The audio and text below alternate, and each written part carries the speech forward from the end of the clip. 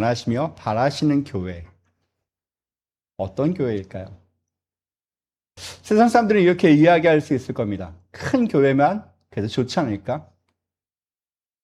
뭔가 프로그램이 많은 교회들, 뭔가 사회적인 영향력을 행사하며 선한 일들을 많이 하는 교회들. 아마 이런 교회가 우리가 흔히 얘기하는 하나님이 원하시는 교회, 바라시는 교회 아닐까 싶은 생각도 하게 되어집니다. 그러나 정말 하나님이 원하시며 바라시는 교회가 무엇인지 오늘 본문은 우리 가운데 정확하게 그 답을 제시하고 있습니다. 베드로의 설교 이후에 3,000명이 회개하여 공동체로 모였던 그 교회가 바로 초대교회의 모형이었죠. 그들은 우리가 지난주 2주 동안 우리가 살펴보았듯이 그들은 사도들의 가르침을 받아서 말씀 가운데 세워졌을 뿐만 아니라 서로 교제하며 떡을 떼며 오로지 기도하기를 힘썼다라고 되어 있는데 그 내용을 좀 더 구체적으로 오늘 가르치고 표현하고 설명하고 있는 내용이 있습니다. 이것은 그냥 역사적인 이야기가 아니라 다시 한번 우리 교회가 나가야 하고 우리 교회가 다시 한번 회복해야 될 우리 교회의 본질을 이야기하고 있는 내용이 바로 오늘 본문의 내용이라고 저는 생각합니다. 여러분 초대교회를 한번 생각해 보십시오. 여러분 한번 상상해 보십시오. 갑자기 3,000명이 들어갈 만한 건물들이 있었을까요? 없었습니다. 초대교회는요, 건물도 없었습니다. 재정이 있었을까요? 그렇지도 않았습니다. 어떤 프로그램도 어떤 것도 없었습니다. 그럼 그들은 어떻게 했을까요? 그들은 가진 것도 없고 아무것도 없지만 그들을 통하여서 지금 전 세계가 예수 그리스도가 누구인지를 알게 되어지는 놀라운 역사의 시초석들이 바로 그 3,000명이 그 역사의 디딤돌을 놓았던 사람들이라는 것입니다. 그들이 했던 것이 무엇인지, 어떻게 했길래 그들을 통하여서 지금까지 교회가 확장되어 왔는지 우리는 다시 한번 오늘 본문을 통하여 그 해답을 보기를 원합니다. 아까 얘기했듯이 그들은 가진 것이 없지만 그들에게 있는 것 딱 한 가지가 있었습니다. 무엇인지 아십니까? 그들은 성령 충만하였습니다. 이 모든 사건, 모든 일들의 가장 첫 번째는 성령 충만에 있었다는 것입니다. 오늘 저는 본문에서 한 4가지의 특징을 한번 살펴보려고 합니다. 그 초대교회의 그 원형의 그 모습들 가운데 그들이 했던, 그래서 성경을 이렇게 합니다. 날마다 하나님을 믿는 사람들이 어떻게 했습니까? 맨 마지막처럼 보면 사람을 날마다 더하게 하시니라.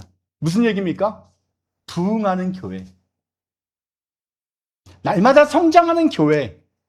그 특징을 우리는 한번 살펴보려고 하는데 그렇게 그들이 부흥했던 이유가 무엇이었는지 우리 그것을 한번 오늘 본문에서 뭐라고 이야기하는지 4가지 특징을 한번 살펴보려고 합니다.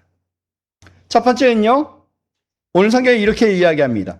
사람마다 두려워하는데 사도들로 말미암아 어떻게 합니까? 기사와 표적이 많이 나타나니라고 이야기합니다. 첫 번째 그들의 공동체의 그 초대교회의 모습의 특징 중에 하나는 바로 하나님을 경외하는 사람들이었다는 것입니다. 하나님을 두려워한다라고 얘기하는데 이 두려워한다는 것은 그냥 무서워하는 것이 아닙니다. 공포스러운 것이 아닙니다. 우리 막연하게 여러분 어떤 공동묘지나 어떤 귀신들이나 아니 어떤 무서운 상황들을 할 때 무섭다, 두렵다, 공포스럽다 표현하는데 그런 하나님을 이야기하는 것이 아닙니다. 헬라어로는 포보스라는 단어를 사용하는데요. 이 단어는 아주 거대한 위험 앞에 내가 나갔을 때 내 스스로가 위축되어지는 그 거대한 그 아주 장엄한 그 모습 가운데 내 자신이 한없이 초라해지면서 나오는 현상들. 그러면서 그것을 상대적으로 더 경외하게 되어지는 그 상황이 바로 오늘 성경에서 이야기하는 두려워했다라는 것입니다. 여러분, 아마 혹시 다른 교회를 가보신 분들 많이 아실 겁니다. 한국 교회 가운데 되게 많은 것 중에 하나가, 많이 쓰는 표 중에 하나가 하나님은 사랑이시다라는 표현을 참 많이 씁니다. 1990년대 이후로 그것이 어떤 막 붐이 불기 시작했죠. 하나님은 사랑이시다. 물론 그 표현을 제가 뭐라고 폄하하려고 하는 것이 아니라 우리 가운데 하나님과 친밀함을 회복시켰던 그 하나님과의 관계 가운데 친밀함을 다시 한번 새롭게 만들었던 단어가 바로 그 표어이기 때문에 참 좋기도 했었습니다. 근데 무엇을 그에 잃어버렸냐 하면요. 그 하나님과의 친밀함을 표현하기 위해서 때로는 하나님을 경외함을 때로는 잃어버린. 무슨 말이냐면요. 우리 하나님은 사랑의 하나님이시기도 하지만 어떤 하나님입니까? 공의의 하나님이시기도 합니다. 심판의 하나님이시기도 합니다. 거룩한 하나님이시죠. 근데 우리는 하나님의 어떤 한 단면만 보면서 하나님과의 친밀함을 강조하다 보니까 그 친밀함 속에서 정말 잊지 말아야 될 그분의 존엄함에 대해서, 그 존엄함에 대해서, 그분의 위엄에 대해서 우리는 때로는 망각해버리는 모습들이 우리 가운데 종종 있었다는 것입니다.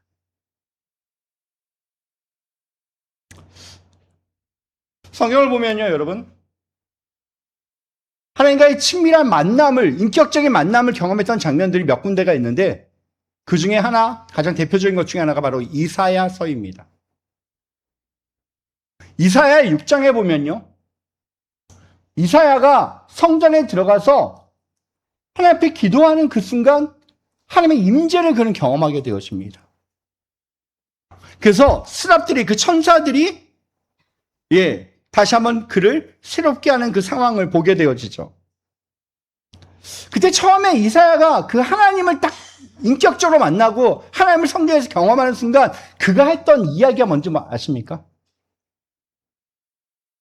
아, 하나님 정말 좋으신 분이구나가 아니라 바로 나는 망하게 되었도다. 그 하나님의 거룩함 앞에 서게 되어지는 순간 우리가 깨닫는 것 중에 하나가 무엇입니까? 내가 얼마나 죄인인 것을 보게 되어지죠.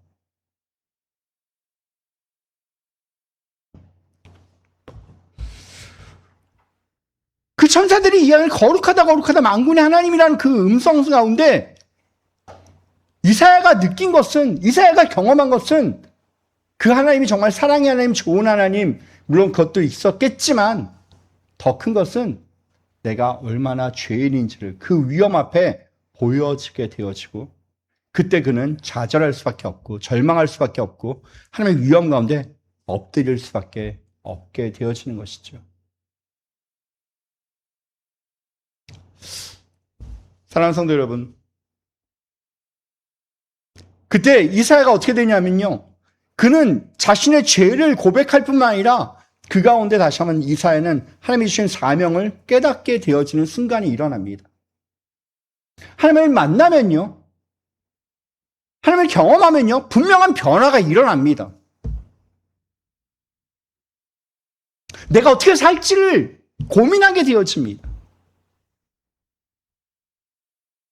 이때까지 내가 세상이 원하는 대로, 세상이 바라는 대로 끌려가는 인생이었다면 하나님을 진짜 만나게 되면요, 하나님의 임재 가운데 들어가게 되면요, 우리의 가치관이, 우리의 목표가, 우리의 비전이 바뀌어지게 됩니다. 여러분, 창세기 28장 5 야곱이라는 사람이 나옵니다. 야곱이 형 에서를 속이고 아버지를 속이고 축복권을 가로채죠. 그리고 그는 그 일로 인하여 도망을 하게 되어집니다. 그 삼층사는 곳으로 도망가게 되어지는 그 과정 가운데 그는 빈들에 아무데도 없는 상황 가운데 놓여지게 됩니다. 그가 유일한 쉼을 쉴 수 있었던 것은 돌베개를 베고 자는 것이었죠. 그 한 단어가 우리 가운데 주는 충분한 이미지가 있지 않습니까? 절망이고 외로움이고 고독이었을 것입니다. 근데 그때 그 자리에서 그는 하나님의 환상을, 그 천국에 대한 환상을 보게 되어집니다. 그리고 뭐라고 얘기합니까? 그 천사들이 오르락내리는 그 현상을 보면서 그가 이야기했던 고백이 무엇입니까? 이곳이 무엇입니까? 하나님이 계시거늘 내가 알지 못하였다라고 이야기합니다. 그리고 그것을 하나님의 집 벳엘이라고 부르게 됩니다. 여러분, 야곱이 처음부터 어떤 사람이었습니까? 야곱은 되게 잔머리를 굴리는 게 꾀가 많은, 남을 속이고서라도 자기가 얻고자 하는 것을 얻는 사람이었습니다.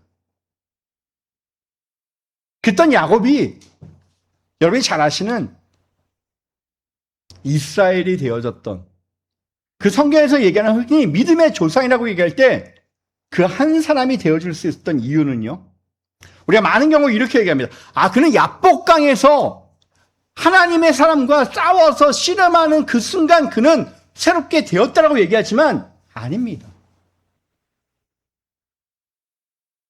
그는 이 베델에서부터 하나님을 만남으로부터 시작되어진 그 단계와 과정과 순서가 있었다는 것입니다.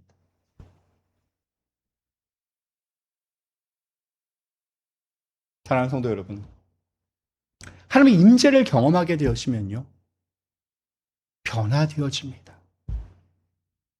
하나님의 그 임재 가운데, 인격적인 만남 가운데 내가 그분을 진짜 만났는데도 여전히 동일하다면 그럼 그것은 잘못된 만남일 수 있습니다.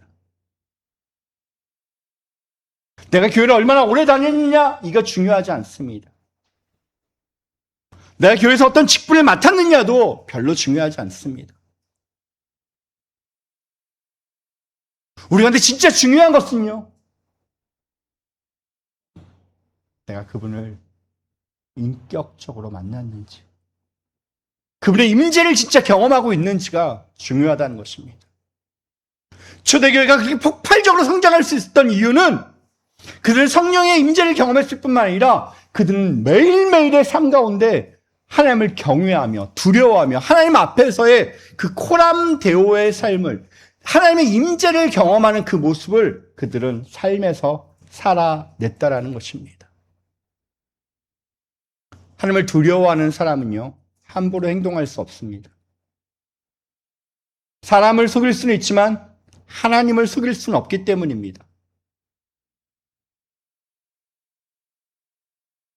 그분을 두려워하며 그분을 경외하며 그분을 꿈꾸는 사람들은요, 그 삶에서 결코 세상이 원하는 방식대로 살아가지 않는다는 것입니다.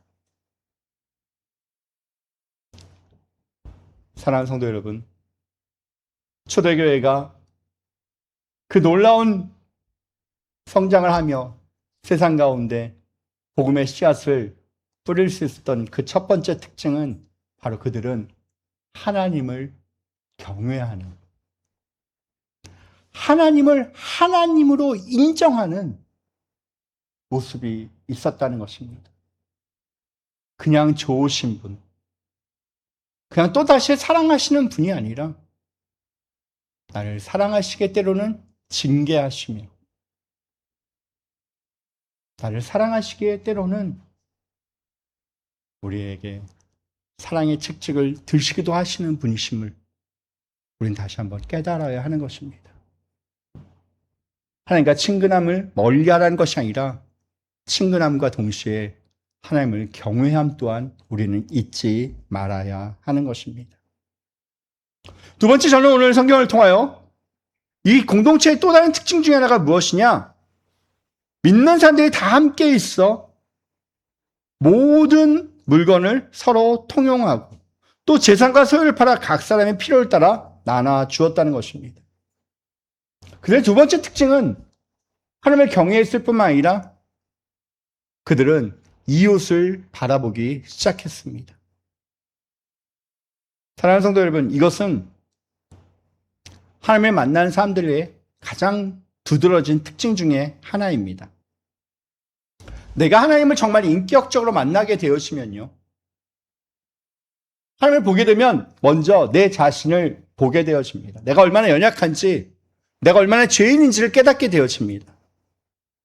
그러고 나서 내가 하나님을 인격적으로 만나고 났음에도 불구하고 여전히 나만, 내 가족만, 내 자녀만 바라보지 않습니다. 왜 어떤 사람들이 하나님을 경험하고 나서 그들의 삶을 다 버려서 저 머나먼 타국, 아무것도 이름도 듣지 못한 그곳으로 왜 가는지 아십니까? 왜 선교사로 가고 왜 자신의 삶을 헌신하며 왜 나누는지 아십니까? 이유는 하나입니다. 하나님을 만나고 나면요, 전혀 생각지 못했던 시선의 변화가 일어나게 됩니다. 내가 하나님을 보게 되어질 때, 나의 시선이 하나님을 보게 되어질 때 하나님을 계속 초점을 맞추다 보면 하나님이 바라보시는 곳 또한 내 시선이 머물게 되어집니다. 여러분, 삭개오라는 사람을 잘 아실 겁니다. 삭개오는 자신을 바라봤던 사람이죠. 그는 키가 작고 그는 내세울 것이 없는 사람이었음에도 불구하고 그는 어떻게든지 성공하겠다는 일념으로 여리고라고 하는 게 아주 그 당시에 팔레스타인의 가장 물류가 모여드는 가장 경제의 중심되는 여리고의 세리장이 되어집니다. 대단한 성공이죠. 그러나 그가 예수님을 만납니다. 뽕나무에서 예수님을 경험하게 되자 그가 했던 표현이 뭔지 아십니까?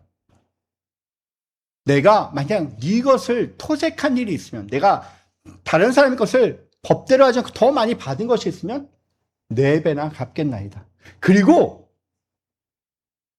내 소유의 절반을 팔아서 가난한 사람들과 나누겠습니다. 이때까지 삭개오는 예수님을 만나기 전까지는요, 가난한 사람들이 눈에 들어왔을까요? 아니요, 관심 밖이었어요. 삭개오 가운데 정말 관심은 돈 있는 사람들, 그 돈을 어떻게든 내가 더 많이 징수해서 그것을 보내고 거기에 대한 그것을 내 것을 챙기는 게 목적이었던 사람이 삭개오였죠. 근데 삭개오가 예수님을 만나니까 바뀌어져요. 가치관이 바뀌어져요. 보이지 않던 사람이 보여요. 누가요? 가난한 자들이요. 이웃들이요.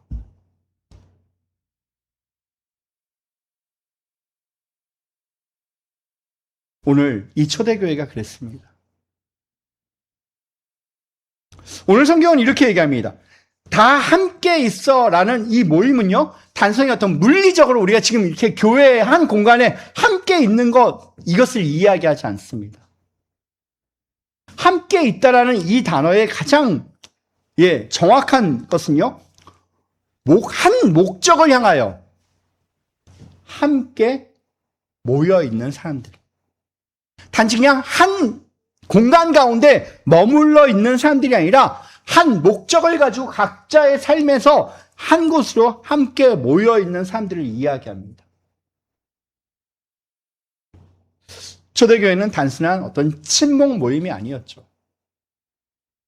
그냥 어떤 동창회처럼 그냥 한 공간에 그냥 오랜만에 모여서 함께 있는 그런 것이 아니라 분명한 목적을 가지고 분명한 방향성을 가지고 그들은 함께 모여 있었다는 것입니다. 그래서 그들은 하나로 예수 그리스도의 복음으로 예수 그리스도의 그 보혈로 그들은 한 몸으로 묶여져 있었던 한 생명으로 함께 나누며 공유했던 사람들이 바로 초대교회의 사람들이었죠. 이것을 우리가 지난 시간에 살펴봤지만 코이노니아, 바로 교제라고 이야기하는 그 단어를 사용하죠. 여러분, 코람데오라는 말 많이 들어보셨을 겁니다. 코람데오는 하나님의 임재 앞에서, 하나님의 존전 앞에서, 하나님이 늘 계시는 것 가운데 내가 사는 삶, 그러니까 하나님이 날 지켜보신다는 삶 가운데 내가 살아가는 태도가 코람데오의 삶이었다면, 코이노니아는요, 하나님의 부르신 가운데 함께 살아가는 모습이 바로 코이노니아입니다. 근데 이게 초대교회의 가장 중요한 두 가지 삶의 태도가 개인적으로 있을 때는 늘 코람데오의 삶이었고요, 둘만 모이면 늘 코이노니아의 삶이었습니다. 이게 초대교회의 모습이었습니다. 우리는 어떻습니까? 혼자 있으면 하나님이 마치 안 계신 것처럼 오히려 사람들의 눈을 의식하고 세상 사람들의 방식 가운데 익숙해진 우리의 삶의 태도와 우리의 삶의 모습들이 있죠. 자, 이들의 그 특징을 좀 더 살펴보게 되면 이들은 어떻게 했습니까? 내 것이라는 집착에서 이제는 그것을 내려놓게 되어집니다. 여러분, 오해하지 마십시오. 초대교회는 오게 되면은 어떤 이단들은 그러더라고요, 지금도요. 재산이 많이 헌납해야지 구원받을 수 있고 그것을 내는 것만이 믿음의 증거라고 이야기합니다. 많은 경우 그렇습니다. 그래서 좀 더 많이 내야 되고요. 어떻게든지 뭔가 헌신을 하는 것이 하나님을 사랑하는 증거라고 이야기합니다. 그런 식으로 지금 초대교회도 재산을 이렇게 바치는 것이 아니었습니다. 초대교회의 헌금은 강요하는 것이 아니었습니다. 헌금을 내야지 구원받는다라고 이야기하지도 않습니다.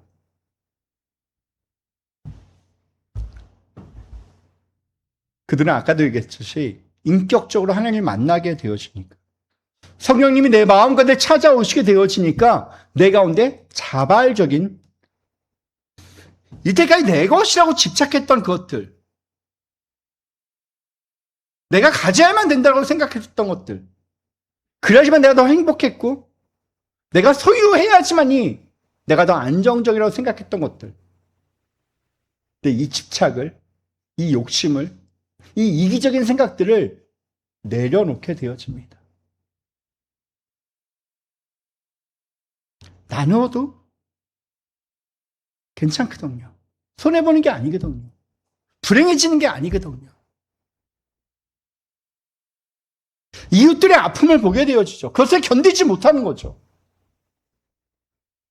누가 힘들어하는데, 누가 어려워하는데 내가 외면하고 그냥 나만 좀 더 잘 먹고 잘 살고 화려하게 사는 것이 내 삶의 목적이 아닌 것을 깨닫게 되어지죠. 아마 여러분 교회를 다니는 사람들이라면 다 한 번씩은 들어봤을 설교 중에 하나가 뭐냐면 선한 사마리아인의 비유입니다. 선한 사마리아인 모르시는 분 계십니까? 한 사람이 여리고로 내려가던 길에 강도를 만나게 되었습니다. 가진 것을 모두 다 빼앗기고 그가 죽을 정도로 피해를 당하게 되어지죠. 근데 그때 마침 누가 지나갑니까? 제사장이 지나갑니다. 누구보다 힘든 사람을, 누구보다 그 안타까운 사람을 도와줘야 될 제사장이 지나감에도 그를 외면합니다. 두 번째는요, 레위인이 지나가죠.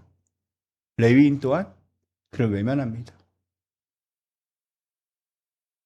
그러나 거의 마침내 누가 지나가게 됩니까? 그때 사마리아인은요, 유대인들이 인간 취급도 하지 않았던 사람들이었습니다.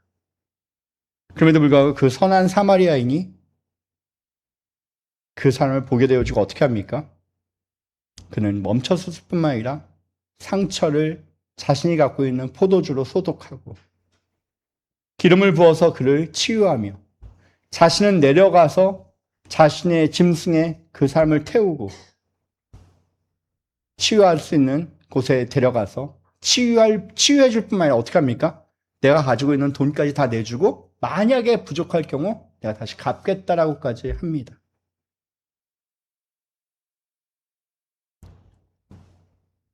예수님은 이 비유를 하시고 나서 딱 한마디를 하십니다. 이 비유에서 너희가 깨달음이 있어라라고 얘기하는 것이 아닙니다. 이 비유를 통해 너의 찔림을 받으라고 얘기하는 것도 아니라 너도 가서 이와 같이 하라라고 이야기하십니다. 분명한 명령이지요.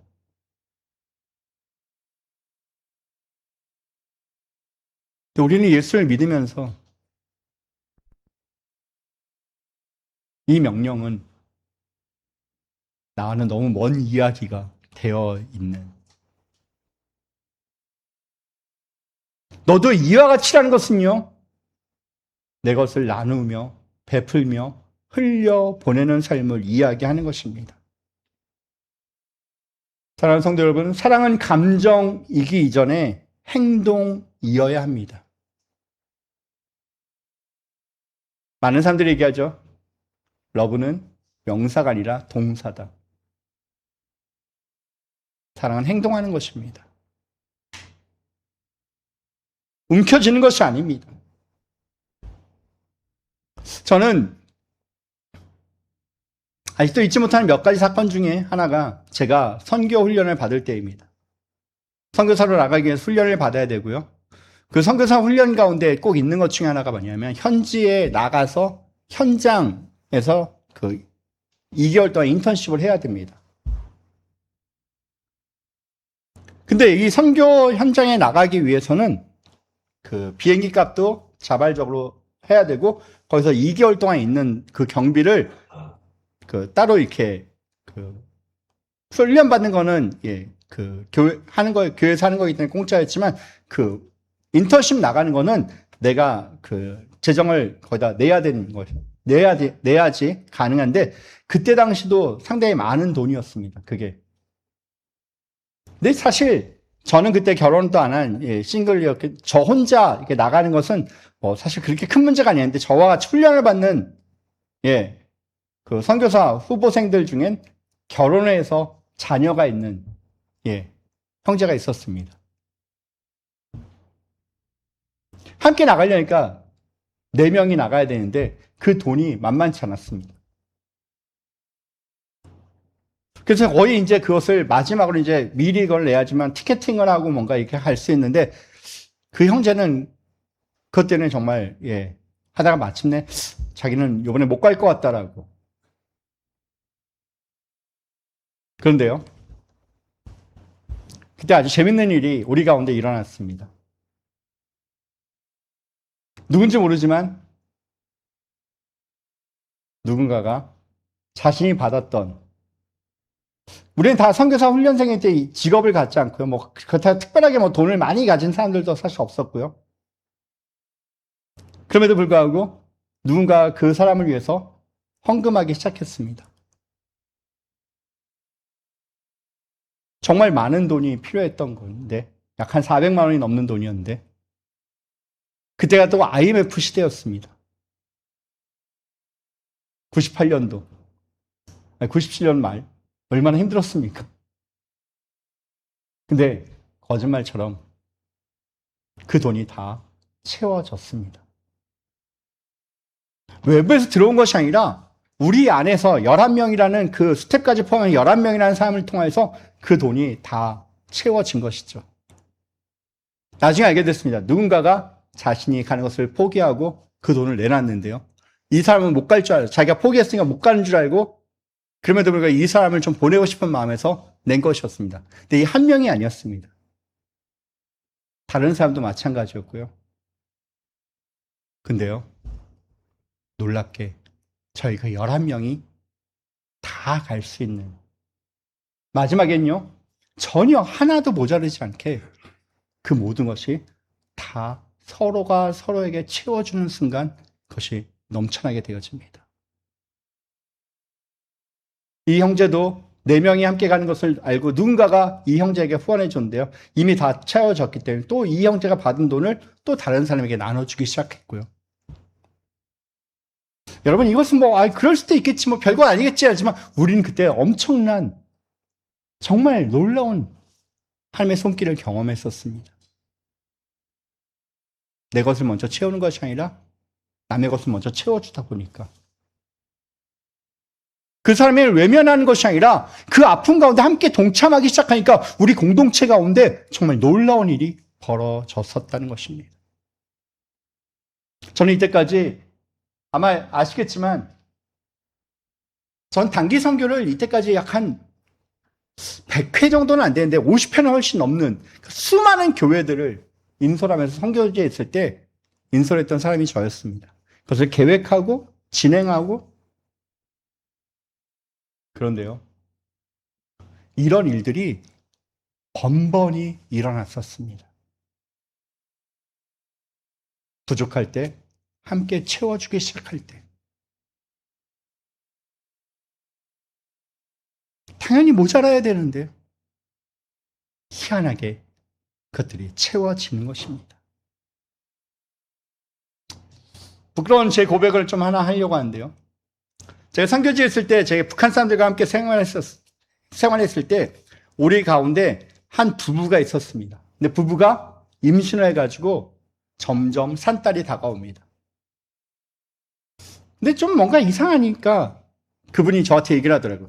탈북자는요, 그 당시에 숨어서만 지냈지 뭔가 병원을 갈 수 있는 상황도 아니었습니다. 그래서 우리 가운데는 애가 태어나니까 이제 어떻게 해야 되냐면 이 동네에 어떤 그 산파를 좀 찾고, 그다음 우리가 연결되어 있는 교회의 어떤 권사님들을 좀 불러가지고 집안에서 어떻게 이렇게 출산하려고 저희는 준비하고 있었는데, 암만 해도 좀 이상하니까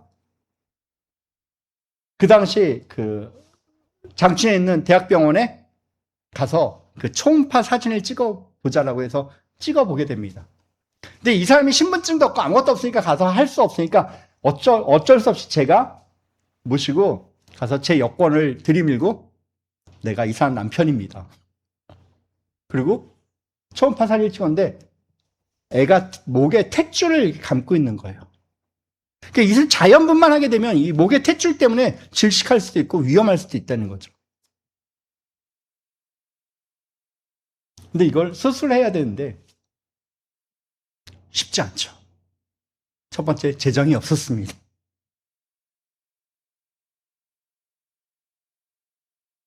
그래서 그것 때문에 막 기도하는 중간에 그 당시 제가 갖고 있었던 노트북이 하나 있었습니다. 그 노트북은 본부와 소통도 할 수 있고 이메일도 보낼 수 있고 팩스도 받을 수 있고, 그 당시 하여튼 노트북은 저에게 있어서 가장 중요한 것 중에 하나였습니다. 근데 갑자기 그 노트북이 계속 기도하는데 생각나더라고요. 그래서 그 노트북을 팔았습니다. 그리고 그 돈으로, 이름이 하나입니다. 지금 미국에 가 있는데 그 아이가 태어나게 되었죠. 그때 당시 한 180만 원, 거의 한 200만 원 가까이 되는 그 돈이 병원비로 들여졌지만 그 가운데 되어지고요. 근데 되게 재미있는 것은요, 제가 여러분한테 이 얘기를 하려면 제가 잘난 것이 아니라 그 이후에 제 가운데 어떤 일이 벌어졌냐면요, 우리가 있는 공간이 따로 독립해야 되는 상황이 되어집니다. 그래서 거기에 필요한 비품들이 공식적으로 본부에서 지원받게 되어집니다. 그래서 없었던 팩스서부터 데스크탑서부터 제가 모든 서류 할 수 있는, 노트북은 없었지만 훨씬 더 좋은 컴퓨터와 좋은 시설들을 제가 다 받을 수 있게 되어집니다. 전 그냥 노트북 하나 흘려 보냈는데 하나님께서 되게 놀라운 것으로 내가 채우셨던 경험이 있습니다. 사랑하는 성도 여러분, 나눔은 미련한 것이 아닙니다.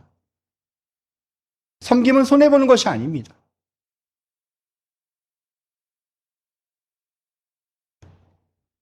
여러분, 우리가 움켜쥐고 있는 것은 무엇입니까? 하나님의 나라의 경제의 원리는요,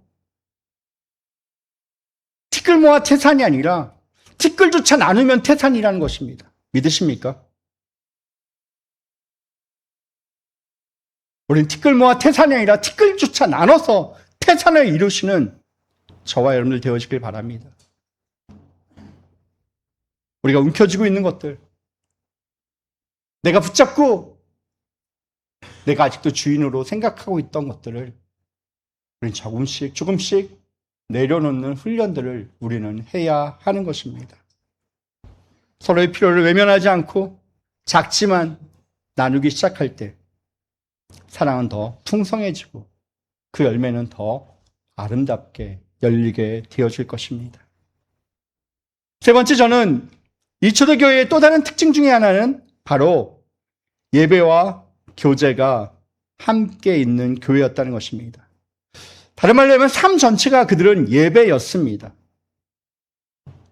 우리가 읽은 본문에 보면 이렇게 이야기합니다. 날마다 마음을 같이하여 성전에 모이기를 힘쓰고 집에서 떡을 떼며 기쁨과 순전한 마음으로 음식을 먹고라고 되어 있습니다. 그들은 주일날만 모인 것이 아니었습니다. 제가 전에도 말씀드렸듯이 여러분 정말 좋아하는 사람을 만날 때 꼭 시간을 정해놓고 만납니까? 시도 때도 없이 보고 싶은 것 아닙니까? 언제든지 가야 되는 것 아닙니까? 오늘 교회는 날마다 모이기를 힘썼다고 되어 있습니다. 그들은 시간이 날 때마다, 아니 시간이 없더라도 시간을 쪼개서 교회에 모이기를 힘썼던 사람들이었습니다. 그들은 삶 전체가 예배였습니다. 여러분, 우리가 흔히 예배라고 얘기하면 이렇게 얘기할 것입니다. 난 주일날 예배 드렸어. 교회 와서 그냥 1시간 앉아 있었고 설교 들었고 찬양했고 기도했어. 그렇기 때문에 여러분 예배 드렸다고 생각하십니까? 진정한 예배는요, 물론 그런 형식적인 것도 있겠고요, 그런 모습도 분명히 있어야 하지만 정말 중요한 것은 매일매일의 우리의 삶에서 예배가 있어야 합니다. 매일 교회에 오라는 것 아닙니다. 불가능하죠. 각자의 삶이 있고요, 살아가는 방식이 있기 때문에 쉽지 않습니다. 그러나 우리는 어느 곳에 있든지 여러분의 일터가, 여러분의 가정이, 여러분이 있는 곳이 바로 교회가 되어야 될, 교회로 만들어 가야 할 책임이 저와 여러분 가운데 있다는 것입니다. 하나님 앞에서 살아가는 삶, 하나님을 인정하며 하나님을 의식하며 살아가는 삶, 이것이 바로 코람데오의 삶이죠. 이것이 초대교회 성도들의 가장 기본적인 삶이었습니다. 그들은 교회에만 모였을 뿐만 아니라 어떻게 했습니까? 그들은 가정에서도 함께 그들의 삶을 나누기 시작합니다. 지금 우리 교회 가운데 왜 공동체를 제가 계속적으로 강요하고 왜 공동체를 찾아가는 공동체까지 하면서 계속적으로 공동체의 어떤 회복을 위해서 애쓴지 아십니까?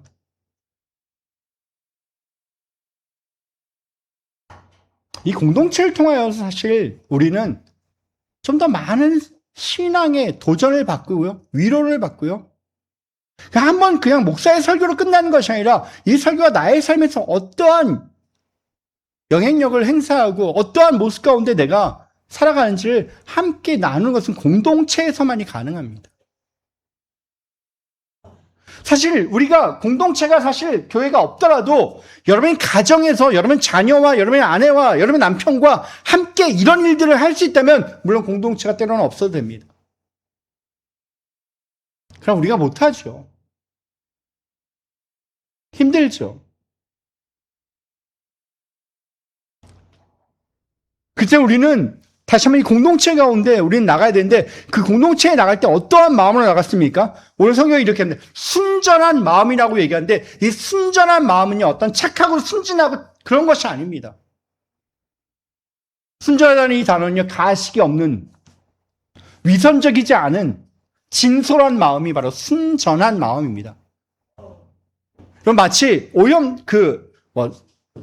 좋은 그것은 순결한 어떤 그 단어랑 똑같은, 여러분의 마음에 위선이나 가식이 없는, 때로는 아픔도 연약함도 내가 어떤 실수도 이 공동체 가운데 함께 내놓을 수 있는 것들. 교회는 어떤 가면을 쓰는 것이 아닙니다. 교회 와서 남들에게 보이게 거룩하게 그럴싸하게 보이는 것, 이것이 좋은 신앙인 모습 아닙니다.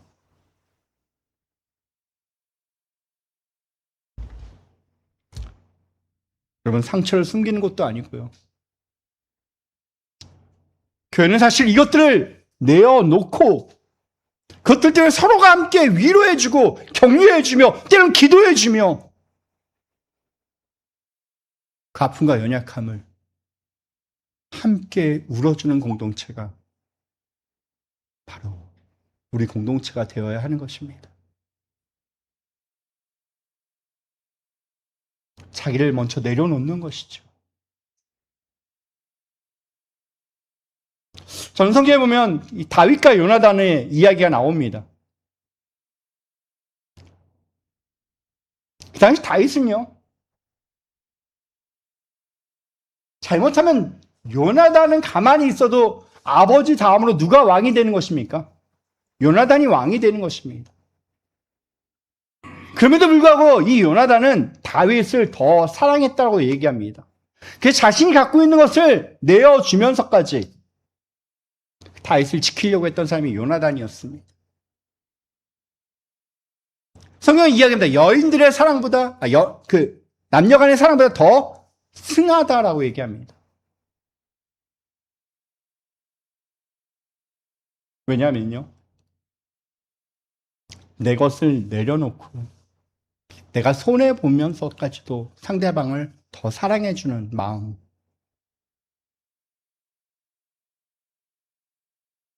사실 저는 욕심이지만 우리 교회 가운데 우리가 회복해야 될 가장 중요한 마음 중에 이 마음이 아닌가 싶습니다. 초대교회는 바로 그러한 공동체였죠.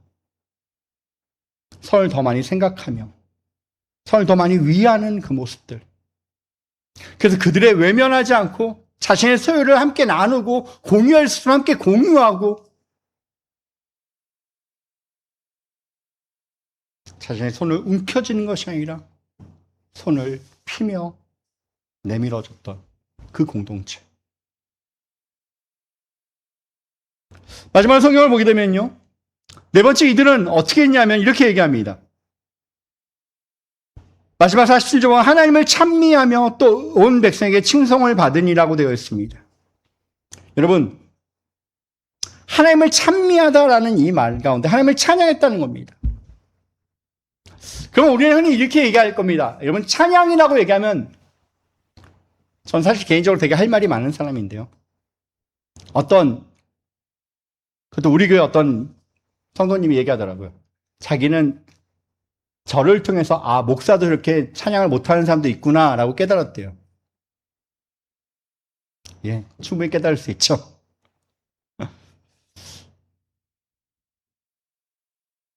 이들은 초대교회는 다 목소리가 좋은 사람들만 있었을까요? 아니, 이렇게 한번 얘기할게요. 초대교회는 다 찬양을 잘하거나 어떤 음악적인 재능이 풍부한 사람들만 모여서 하나님을 찬미했을까요? 하나님을 찬미한다는 이 말은 그들이 뭔가 대단한 음악적 재능과 대단한 음악적 소질을 가지고 뭔가 했던 것을 이야기하지 않습니다.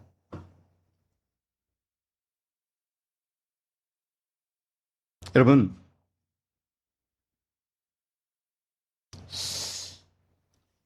누가 진짜 하나님을 진짜 찬양할 수 있냐?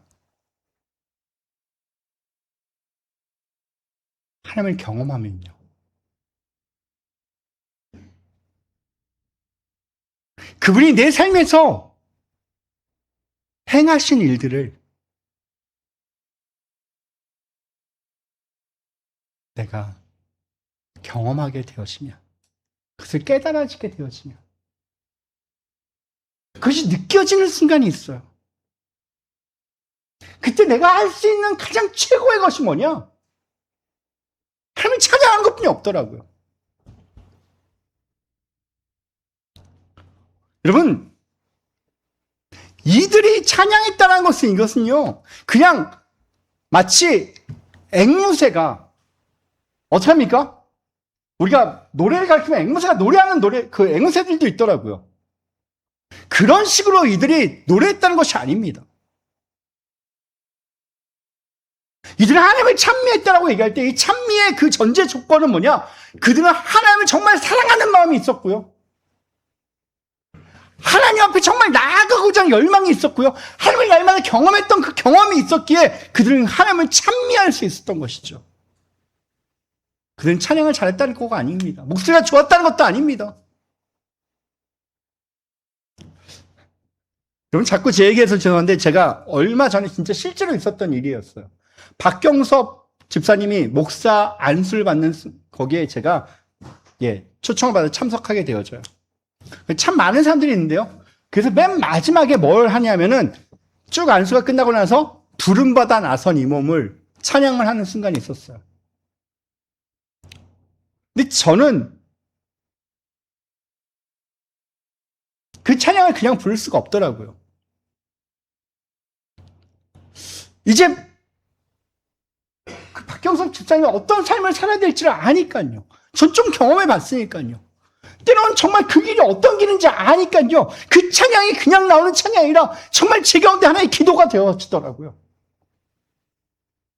그게 정말 그 찬양을 찬양으로 부르는 것이 아니라 정말 제 마음의 간절한 고백으로 불렀어요. 하나님, 우리 이제 목사님이 이런 삶을 살게 해주십시오. 그리고 그 찬양이 끝났어요. 그리고 이제 목사님 마지막 축도가 끝나고 한데 어떤 분이 찾아와서 제 손을 꼭 잡으시더라고요. 깜짝 놀랐어요. 목사님이시죠? 그러시더라고요. 그래서 네, 맞는데요. 목사님 부르시는 찬양에 제가 너무 은혜를 받아서 제가 갑자기 그때 음악성이 뛰어났을까요? 여전히 저는 우리 보라가 얘기했듯이 아빠는 박자가 틀려.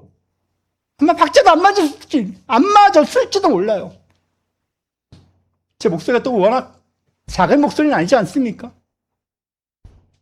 음정이라고 제대로 맞았을까요?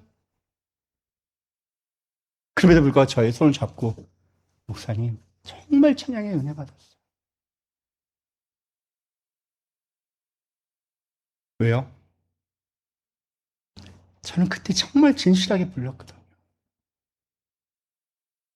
초대교회 성도들은 그 찬양을 그냥 의미 없이 그냥 우리 성목사님이 그냥 박수치면 박수치고 그냥 따라하자, 그게 아니라 그 찬양의 가사 하나하나가 정말 그분 앞에 올려드리는 진정한 찬양이, 진정한 경험이 그들 가운데 담겨져 있었다는 것이죠. 그래서 어떤 일이 벌어졌습니까? 그냥 하나님을 찬미했을 뿐인데, 하나님을 정말 인정하고 하나님을 높였을 뿐인데, 그 찬양과 그 높임과 경배 가운데 어떤 일들이 벌어지냐면 성경은 이렇게 얘기해요. 온 백성에게 칭송을 받았다고 되어 있어요. 여러분, 우리가 세상에게 인정받는 것은요, 우리가 뭔가 세상을 섬기는 것이 아니에요. 세상을 우리가 바꾸는 것이 아니에요. 세상이 정말 인정받고 싶을 때 우리가 해야 되는 것은요, 하나님 그분을 높이는 거예요. 그분을 인정하는 거예요. 그때 정말 그분 앞에 우리가 진정을 다하여 하나님을 높이는 순간 세상은 어떻게 합니까? 우리를 높여요. 아무도 아멘 안 하시지만 이건 사실이에요. 성경이 이야기하잖아요. 여러분, 그분을 인정하십시오. 세상이 여러분을 인정합니다.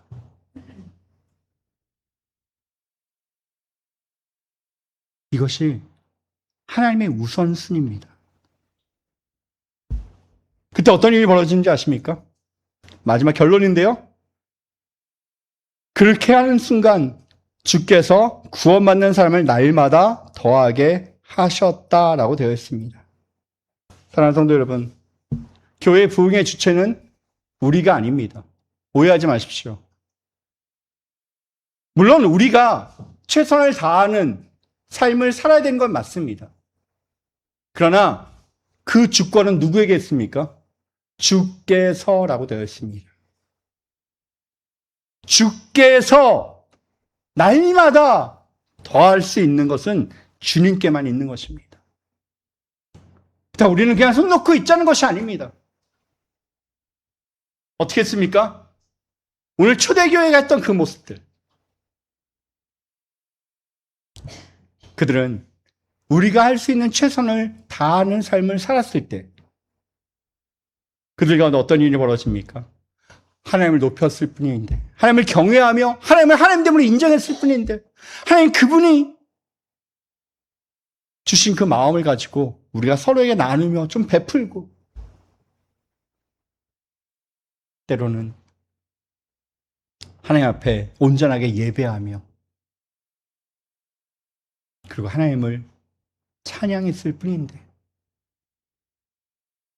주께서 그 모든 것들 가운데 더하게 하셨다는 것입니다.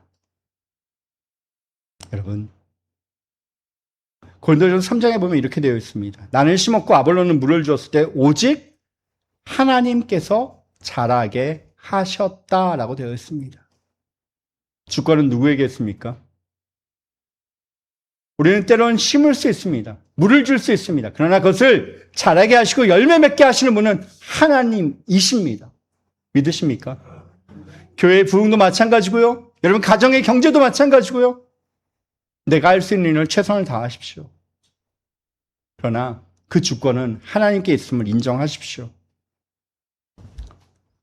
한 예화만 들고 설교를 마치겠습니다. 여러분 6.25 때 우리나라를 도와줬던 여러 나라들인데 그 중에 하나가 에티오피아라고 하는 나라가 있습니다.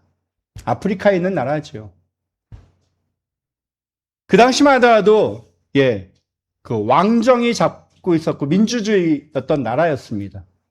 그래서 우리나라에 누구를 파병하냐면 일반 군대를 파병한 것이 아니라 왕실의 근위대, 왕실을 지키는 최고의 그 군대를 우리에게 파병해줬던 나라가 에티오피아입니다. 정말 고마운 나라죠. 그리고 정말 많은 사람이 또한 우리 가운데 목숨을 잃었던 나라가 에티오피아입니다.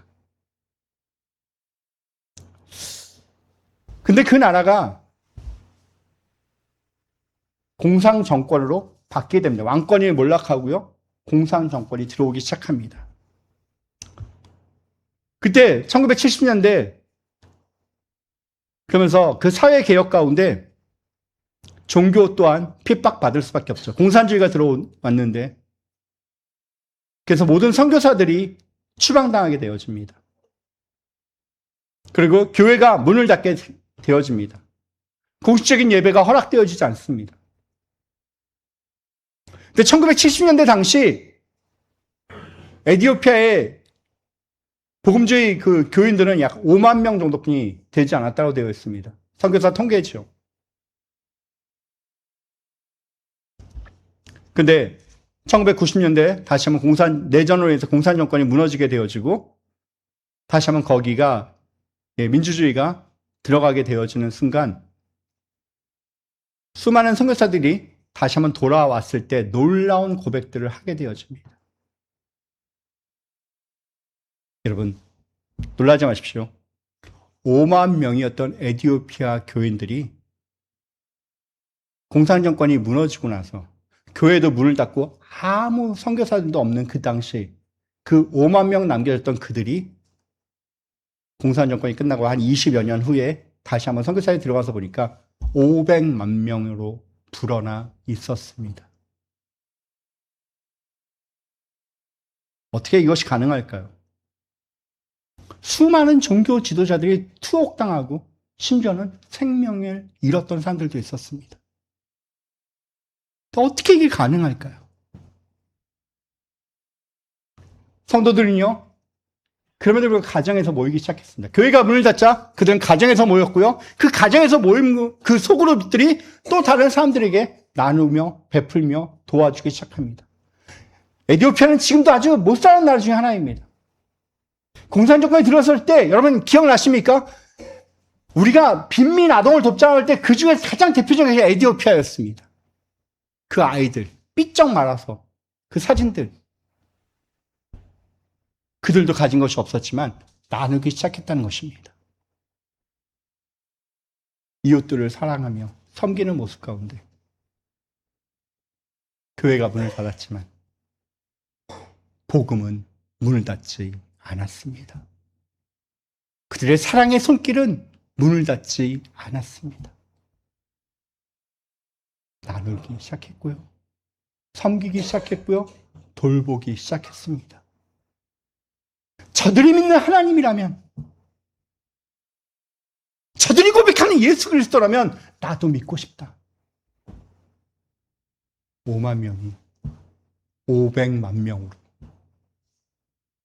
바뀌게 되어진 것은 큰 교회가 아니라 어떤 위대한 종교 지도자 때문이 아니라 그 가정에서 묵묵히 예수님의 사랑을 실천했던 그들을 통하여 에디오피아가 변화되어지게 된 것입니다.